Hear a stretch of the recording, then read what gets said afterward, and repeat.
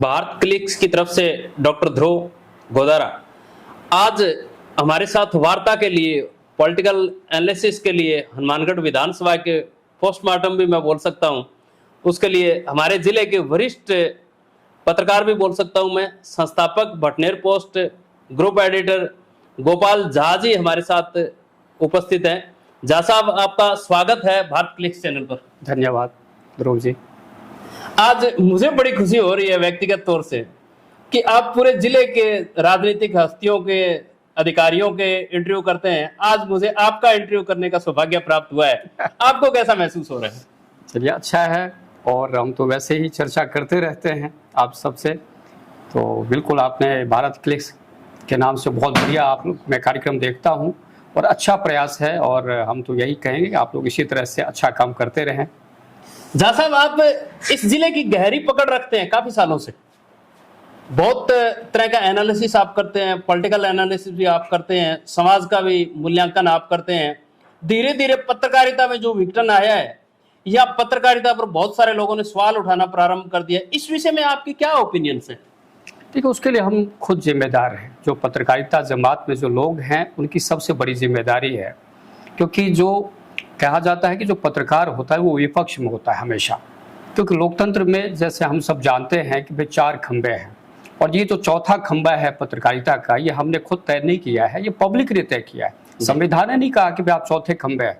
ये लोकतंत्र की जो आत्मा है, जनता, उसने तय किया कि भाई जो लोकतंत्र के सच्चे प्रहरी हैं वो है मीडिया के लोग, पत्रकारिता से जुड़े लोग। अब हम लोग भी इंसान हैं, स्वार्थी हो गए धीरे धीरे, और जब स्वार्थ और लालच जब चरम पे पहुंच गया तो हमने अपने कर्तव्य के प्रति जो हमारी जो जिम्मेदारी थी हम उससे विमुख होने लगे।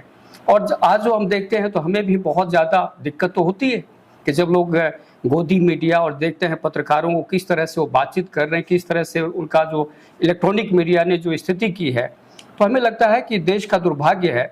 और मैं तो सार्वजनिक जगह पे जाके कहने लगा हूँ लोगों से, और कहता हूँ कि जब आप सरकार बदलने का मादा रखते हैं तो कम से कम इस तरह के चैनल को भी बंद करवाइए। क्यों देखते हैं आप?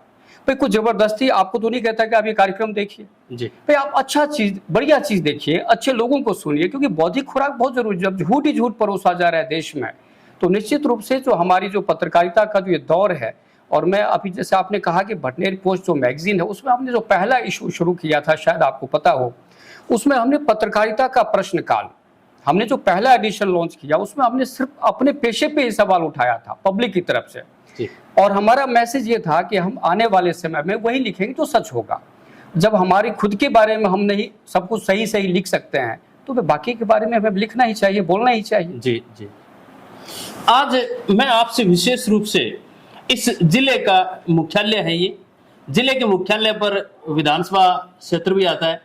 इस विधानसभा क्षेत्र के मूल्यांकन के लिए, अंकेक्षण के लिए, यहाँ के इस जिले के पोस्टमार्टम के लिए आपके पास आया हूं मैं, और मेरा ये सौभाग्य है कि इस पर आपके विचार मेरे को सुनने को मिलेंगे। मैं आपसे ये जानना चाहता हूं कि यहाँ का राजनीतिक परिदृश्य आपको आगामी आने वाले चुनाव के अंदर कैसा दिखाई दे रहा है? देखिए, हम लोग जानते हैं कि लगभग 25-26 साल से, जो खास तौर पे अगर हम देखें 90 के दशक से बात करें जी, तो 33 साल से जो ये राजनीतिक स्थिति है ये 2 परिवार पे केंद्रित है, लीलावाली परिवार और डॉक्टर राम प्रताप जी। 2 परिवारों के इर्द गिर्द हमारी राजनीति घूमती रही है। पहले चौधरी आत्माराम एमएलए बने, उसके बाद विनोद कुमार जी 4 बार एमएलए रहे, और डॉक्टर राम प्रताप जी भी 4 बार एमएलए रहे, मंत्री भी रहे दोनों, और क्षेत्र का विकास भी करवाया। बिल्कुल ये बात सच है कि दोनों का बड़ा योगदान है। अब आने वाले समय में जिस तरह से जो आप जानना चाहते हैं कि भाई क्या स्थिति रहेगी, तो ये सवाल रोज हम इससे जूझते हैं। जब भी हम जहां भी बैठते हैं तो लोगों का यही सवाल है, क्योंकि पॉलिटिकल लोग, हर आदमी की अपनी एक जिज्ञासु, लोकतंत्र में अच्छी बात है कि भाई आप डेमोक्रेसी के बारे में, अपने क्षेत्र के बारे में, राजनीति के बारे में हम चर्चा करते हैं। तो हर आदमी का ये सवाल होता है कि अब आने वाले चुनाव में क्या होने वाला है हनुमानगढ़ में। तो मैं अक्सर एक बात कहता हूं कि देखिए, ये जो चुनाव है बड़ा दिलचस्प चुनाव है, और हनुमानगढ़ विधानसभा क्षेत्र भी इसे अछूता नहीं है। अब सवाल यह है कि यहाँ पर कांग्रेस और बीजेपी या इसके अलावा कौन। फिर दूसरा सवाल आता है कि डॉक्टर राम प्रताप वर्सेस चौधरी विनोद कुमार और कौन। तो कई तरह के सवाल है। मुझे लगता है कि इस सवाल का सही जवाब अभी देना कठिन है, मुश्किल है। मतलब आप ये बात समझते हैं कि ये एक कॉम्प्लिकेटेड सवाल है, काफी कठिन विषय है ये? नहीं, कठिन विषय है। देखिए, राजनीति जो है वो संभावनाओं का खेल है, जी। इसमें कब क्या हो जाए पता नहीं चलता है।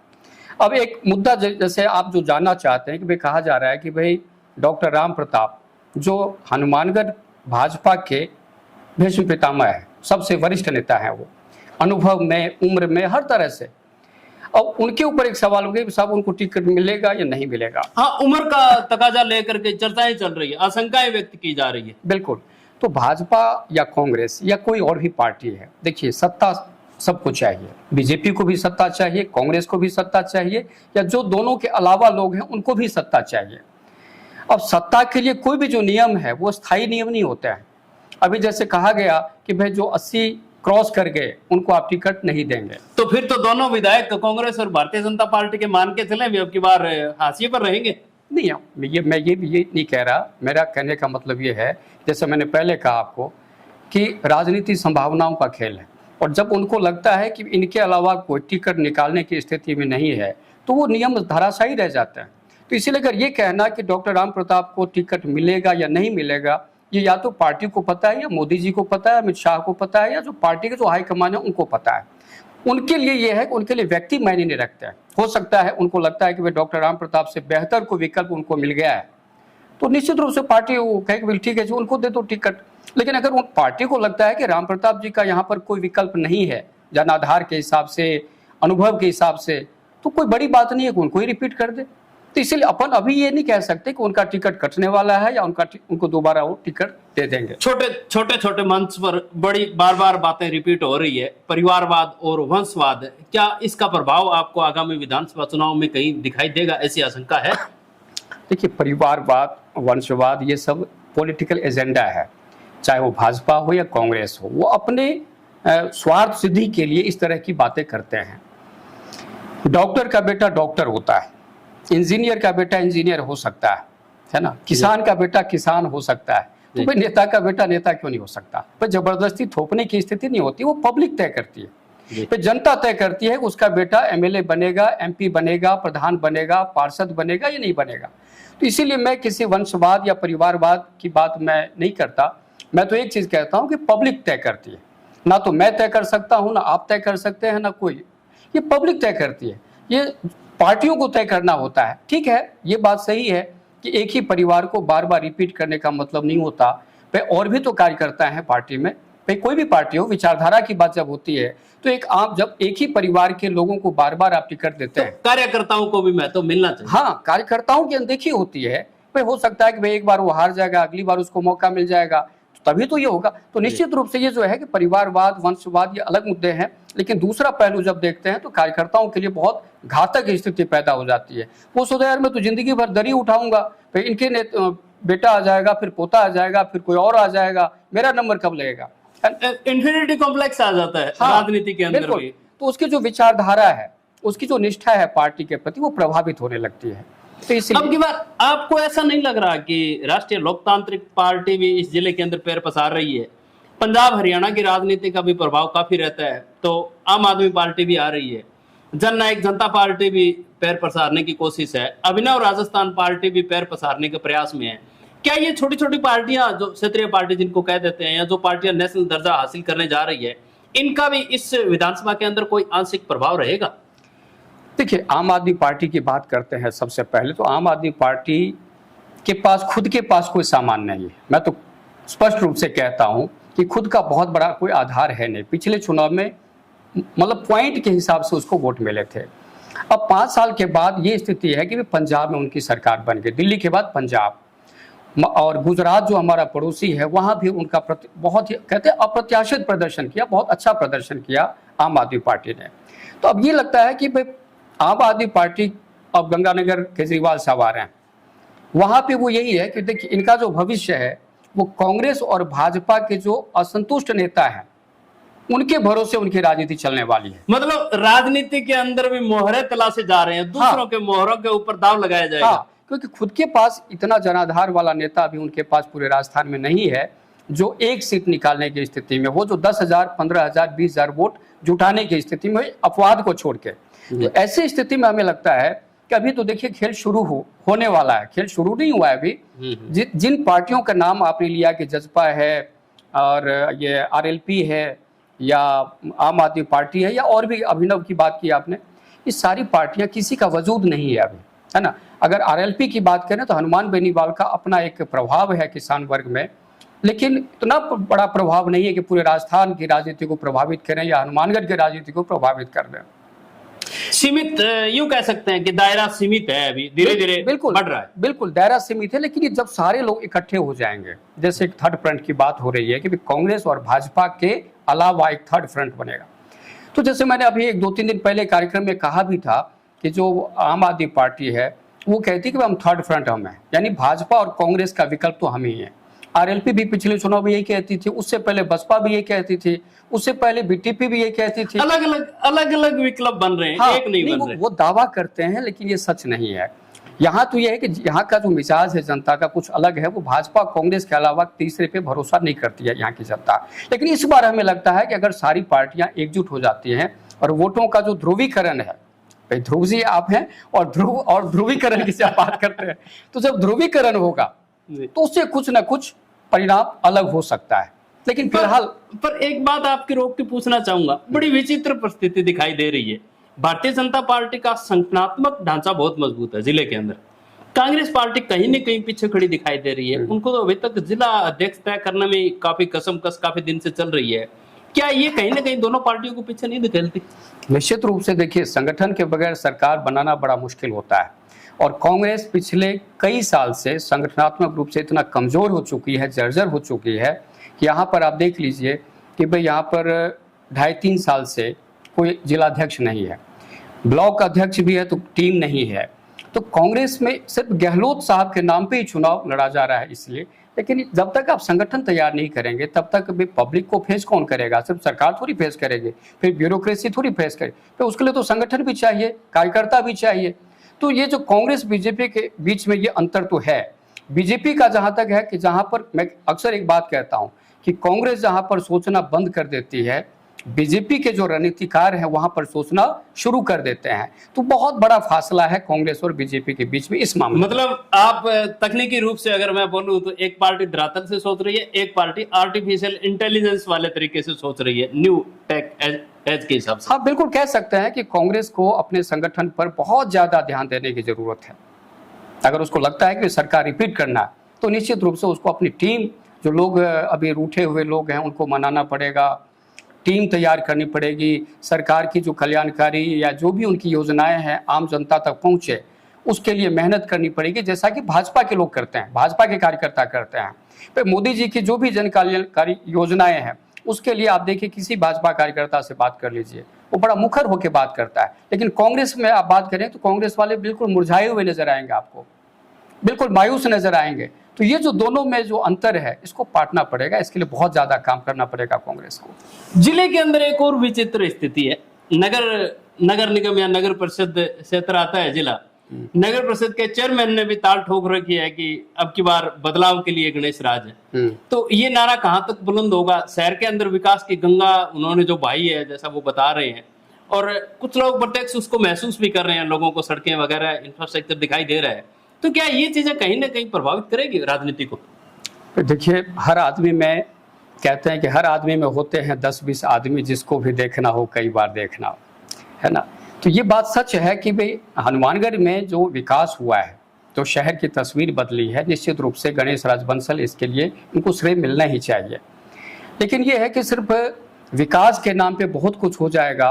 इस इलाके में हमने बहुत सारे तथ्य देखे, तो ये मैं नहीं कह सकता कि देखिए गणेश जी चुनाव लड़ने के इच्छुक हैं, तैयारी भी कर रहे हैं, टिकट कहाँ से कैसे मिले ये सब भविष्य के गर्त में अभी हम उस पर कुछ नहीं कह सकते। मतलब मैं आपके शब्दों को अगर चुराने की कोशिश करूं तो मुझे ऐसा आभास हो रहा है कि अकेले विकास से काम नहीं चलने वाला, जोड़ तोड़ की राजनीति भी आना जरूरी है। बिल्कुल टीम चाहिए, देखिए वर्करों की बहुत बड़ी टीम चाहिए। जैसे अभी हमने कांग्रेस की बात कर रहे थे तो उसमें एक बात आई कि भाई वर्कर नहीं है उनके पास, टीम नहीं है, संगठन नहीं है। तो संगठन, अब ये है कि दूसरी पार्टी में हम शामिल हो जाते हैं तो वो संगठन हमारे लिए कितना उपयोगी होगा ये भी देखना पड़ेगा।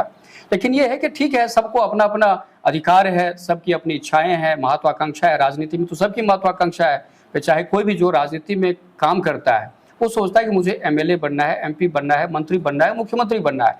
तो गणेश जी अगर ये इच्छा रखते हैं कि मुझे एमएलए बनना है तो ये उनका हक है। उन्होंने जो काम किया है शहर में, तो वो चाहते हैं कि अब जो मैंने हनुमानगढ़ में दिखाया है उसका असर गांव में ही दिखे और मेरा थोड़ा सा प्रमोशन मिले।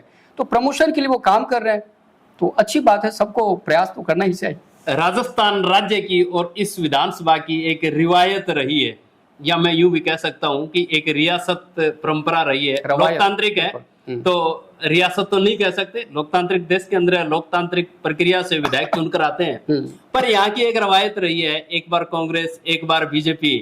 तो क्या अब की बार रिपीटेशन होगा या वापिस परिवर्तन ही होगा, इस पर आपके क्या ओपिनियन है? देखिए, ये वो सवाल है जिसका जवाब सिर्फ जनता के पास है। अगर हम लोग राजनीतिक पंडित बन के बैठ कर ये तय करना शुरू कर दें तो जनता कहेगी कि हम क्या करेंगे। ये कोई भी राजनीतिक विश्लेषण करेगा तो वो कहेगा ये नहीं कह सकते, इसका जवाब किसी के पास नहीं है। तब तो क्या होता है कि देखिए, ये जो चुनाव होगा पे सत्तारूढ़ अभी कौन है, कांग्रेस है, और यहाँ के जो एमएलए हैं कांग्रेस से ताल्लुक रखते हैं, तो उनके काम काज का आकलन जनता करेगी। विपक्ष में भाजपा रही है, विपक्ष की भूमिका भाजपा ने किस तरह निभाई है उसका आकलन भी जनता करेगी, और सत्ता पक्ष और विपक्ष का आकलन कैसा है उसके आधार पे ही जनता फिर फैसला करती है। तो इसीलिए हम ये नहीं कह सकते कि भाई ठीक है रिपीट करेगी, जनता तय करेगी जो भी करना है उसके मन में क्या है। तो ये सवाल तो जनता ही, और अभी तो बहुत समय, देखिए मैं तो कहता हूँ कि अभी खेल शुरू नहीं हुआ है, खेल शुरू होना ही बाकी है अभी, तो परिणाम की बात हम कैसे कर सकते हैं। अभी चर्चा परिचर्चा काफी जल्दी कर रहे हैं। मैं आज आपको जिले के वरिष्ठ पत्रकार होने के नाते भी, और वरिष्ठ आप ग्रुप चला रहे हैं, सबसे बड़ा सीनियर पत्रकार है हमारे जिले के, और कलम को मैं ताकत समझता हूं। आप हमारी कलम की ताकत के वो पुरोधा है, बटनेर पोस्ट के आप ग्रुप एडिटर भी हैं, और बड़ा अच्छा मार्गदर्शन, और आप आलोचनात्मक भी लिखते हैं और सकारात्मक भी लिखते हैं, नकारात्मकता आप में कहीं भी नहीं है। तो क्या आपकी कलम की धार चुनाव तक या चुनाव के बाद भी ऐसे ही बनी रहेगी इसी प्रकार? ठीक है, हमें तो चुनाव से हमारा, हम तो कहते हैं 26 साल से पत्रकारिता हम कर रहे हैं, और अलग अलग ग्रुप बदल जाता है, मैं तो वही रहता हूँ, है ना। और मैं एक चीज़ कहता हूँ कि भाई कोई भी मानव है, मनुष्य है, स्वभाव किसी का नहीं बदलता है, अच्छा हो या बुरा हो।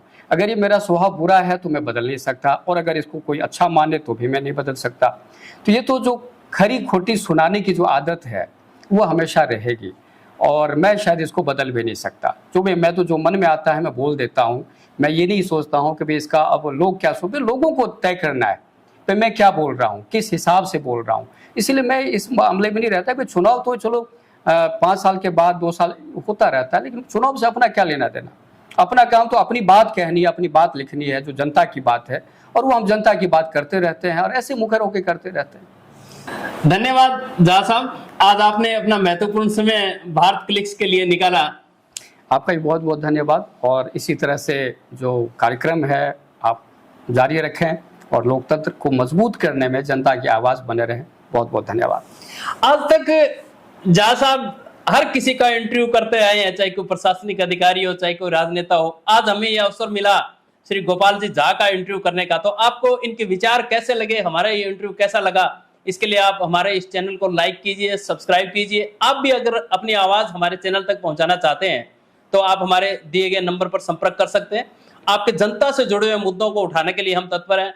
हम ये चाहते हैं कि सकारात्मक राजनीति की दिशा को मोड़ा जाए, सकारात्मक तरीका से राजनीति की जाए, और सकारात्मक विचारों को लेकर के राजनीतिक परिवर्तन की ओर हमारा ये प्रयास है कि हम सकारात्मक पत्रकारिता की तरफ चले और सकारात्मक पत्रकारिता करें, और जनता से जुड़े हुए मुद्दों को इस चैनल के माध्यम से शासन और प्रशासन के मध्य रखें। तो इसलिए हमारे साथ जुड़े रहें, लाइक कीजिए, शेयर कीजिए, सब्सक्राइब कीजिए। धन्यवाद। जय हिंद, जय भारत।